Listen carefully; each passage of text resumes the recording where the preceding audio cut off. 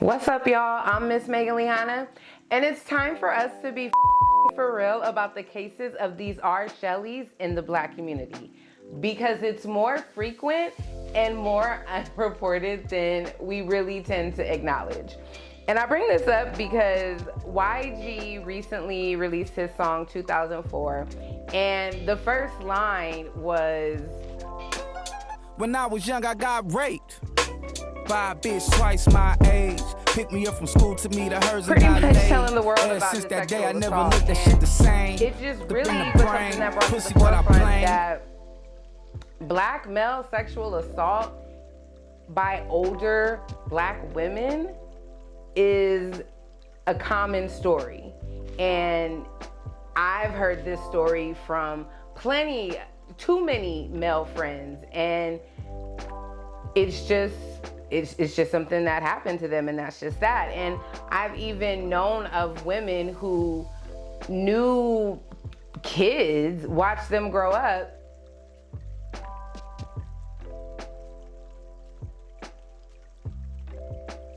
and then had a baby with them like as soon as they turned 18, and they're in their late 20s or 30s. That's very predatory. Oh, did I say that right? Y'all know what I meant. But, you know, it's just one of those things where it's not as shunned upon as it should be if the roles were reversed. And part of the issue is that we can't even get a clear view of what the statistics are and how common it is because it's underreported. So because it's underreported, it's something that is just, we don't know the real number of victims or how common it is. But there were studies that were done kind of like mid 20th century. So that's like, 1950s around, give or take, a 20-year span. And these were studies done by white social scientists, and their documentation of these reports was just that young Black males were having their first sexual encounters at the earliest age than any of their peer groups. So that's white males, white females, that's young Black females, that's their peer group of adolescents were exposed to sexual encounters later in life than young Black males. And because of that, that also in turn ended up being kind of like the first documentation of Black male rape or sexual assault. And the main takeaway was that their peer groups, the same group of young Black females, were having their first sexual encounters later in life. So instead of it being around the same age, there was a gap. So it could have only been an older woman. But another thing that kind of stuck out about those studies was that these scientists were trying to prove that Black males were sexual deviants, that young Black males were hypersexual. So in them trying to prove that, they basically documented the first signs, or they basically documented a recording of these sexual assaults. And if we're gonna look at, I have a list. If I was to name Black male entertainers that have shared their experiences of sexual assault by women, and it was either a babysitter or a family friend, it would be, so YG, and in his song, it was a very detailed account of what happened to him. And it was his girlfriend's aunt. There was Lecrae, Young Jeezy, Charlemagne the God. They used to be like these little firecrackers that were like these little poppers. Mm-hmm. So you could throw them on the ground and they would pop. And so it's like, one day I just started throwing them at her because I didn't want her to touch me. Because the way we rationalized it in our mind is like when you were young, you just used to talk about it like it was a sexual encounter. And it was, when I think about it now, like I had like me and like, 3 of my other younger friends, and all of us were talking about these sexual encounters we were having with older women. So now that I think back on it, I'm like, damn, we all was getting, molested. You just don't look at it like that when you're a young man. When you're a young man, you look at it like, I'm just getting action early. Ike Turner, who was assaulted at 6 years old, singer Danny Boy, he has stories of Mary J. Blige allegedly, basically sexually harassing him. From that time, I had an opportunity to go out to New York and visit her a couple more times. Well, that's why I was kind of confused when I heard Kurt saying that Mary was pot girl. Because at that time, she was my girl. At that time, I'm 15, 16 years old, and she flying me in to see her. And you know what it is when a girl back up on you and you young and shit, and I'm trying to show her that she ain't phasing me. Then there is Michael J. White. He had a child at 15 by someone who was 19 years old. If those roles, if it was a male, if it was a 19-year-old that got a 15-year-old pregnant, there would definitely be more of a push for statutory rape charges. 2 famous pimps. Iceberg Slim wrote about his assault by his female babysitter when he was 3. Bishop Don Magic Juan has told the story of how he was assaulted at 5, and then when he was 13 was sleeping with a 26-year-old. Lou Rawls has a story of something happening to him when he was younger. D. Ray Davis talked about how 2 older women assaulted him. That's more than 10 right there. And these are just people who told their stories. But, part of the problem is that when a young man is basically assaulted by an older woman, it's congratulated. It's considered a rite of passage. So much so, I remember when Boosie was under fire because he posted about how, I think it was his son's 14th birthday, and he posted how he was gonna get him a prostitute. There's a video of Lil Wayne and his young artists, and this was when Young Money had hella artists. And there's a video of Lil Wayne telling rapper Lil Twist when he was a kid, hey, we need to do you like Birdman did me and just lock you in a room with a woman and make a man out of you. Oh, yeah, it's what? 15. Yeah. Huh? Oh my God.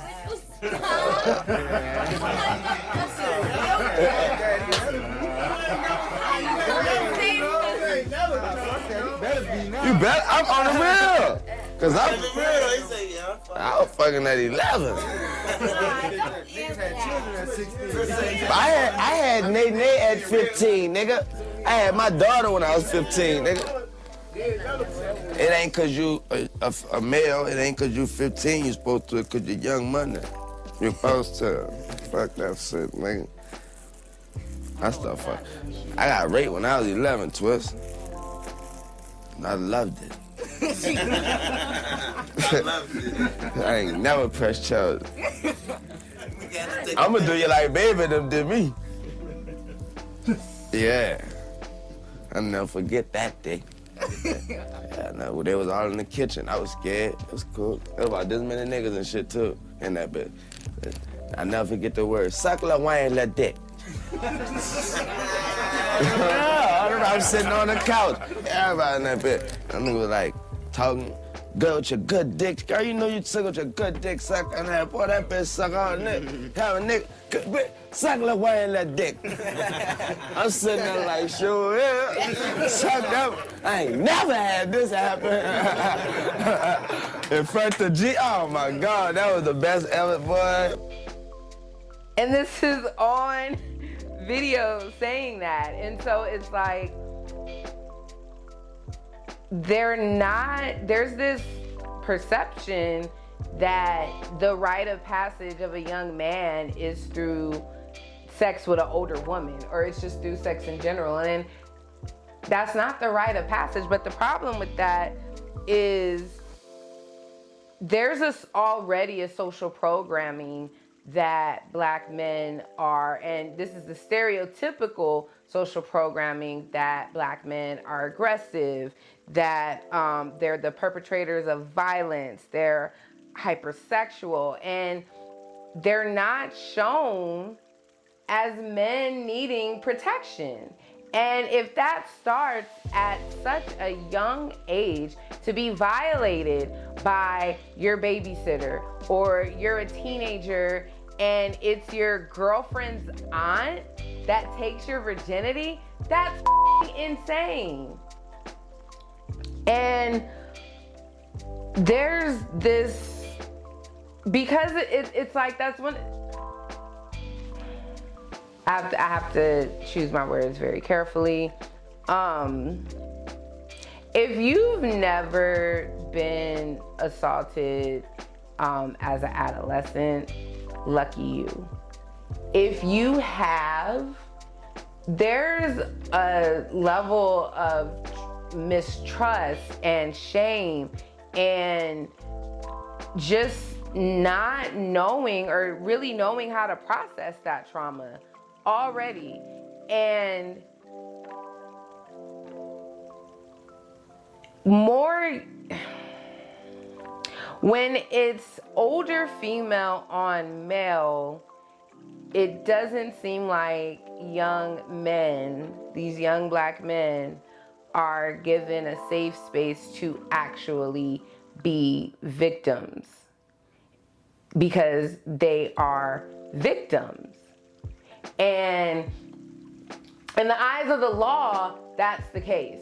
And it needs to be in the eyes of the family too, and in the eyes of the uncles and the fathers that they're telling this to, because part of the issue is not even issue, it was probably happening to their daddies and uncles too. And that was their rite of passage. So because it was their rite of passage, it's this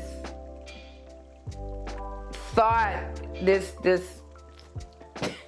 thought process that it's normal and it should happen, and it shouldn't.